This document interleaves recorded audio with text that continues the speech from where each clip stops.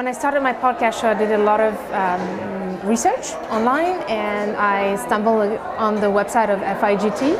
I was very interested because they had amazing content on the website, and it seemed to be very interesting stories going around. But I really started considering coming to FIGT when I had every single guest, one after the other, asking me if I was coming. I was like, okay, it must be something really good. So I just booked a ticket and decided to come from New York to Amsterdam. My podcast is called Tandem Nomads, and it's all about helping expat partners build confidence and take the leadership of their lives and ultimately build a portable career for them. I'm an expat partner, but I'm also a TCK. I also lived as an expat all my life. And I thought, because I traveled so much, that I had the experience of a nomadic life, that it wouldn't be so problematic. And I was very skilled. I had great diplomas. I had a great professional experience. And then the reality came in. You become administratively dependent of your spouse in terms of visas. You become financially independent. Even on papers and on status and socially, the number two, and you're presented. I used to be always presented as the spouse of somebody. I was like, who am I? The most challenging part was the loss of identity I felt when I gave up, my social surroundings, my friends, and my purposes for love. And I was happy to do it. It was my choice. So when I started doing my soul searching, I realized that I was not alone.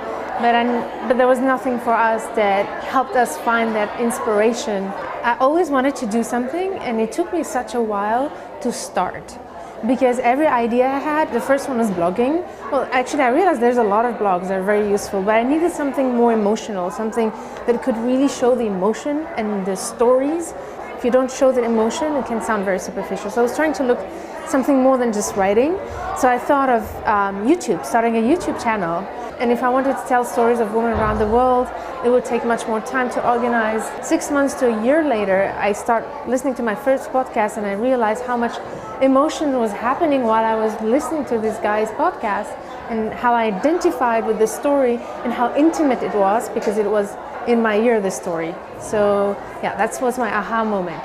We have to take care of a lot of things as the expat partner, and this is something that we don't realize, and we have to make time for our life. We have to take that leadership. I always say, take the leadership of our life. So podcasting was the best way to say there's no more excuses. When we go grocery, when we go, we take transportation, you just plug in and you have the inspiration, the moment for you, the me time to be able to take care of our happiness. We have to enjoy the journey because we are lucky to have the chance to live this life.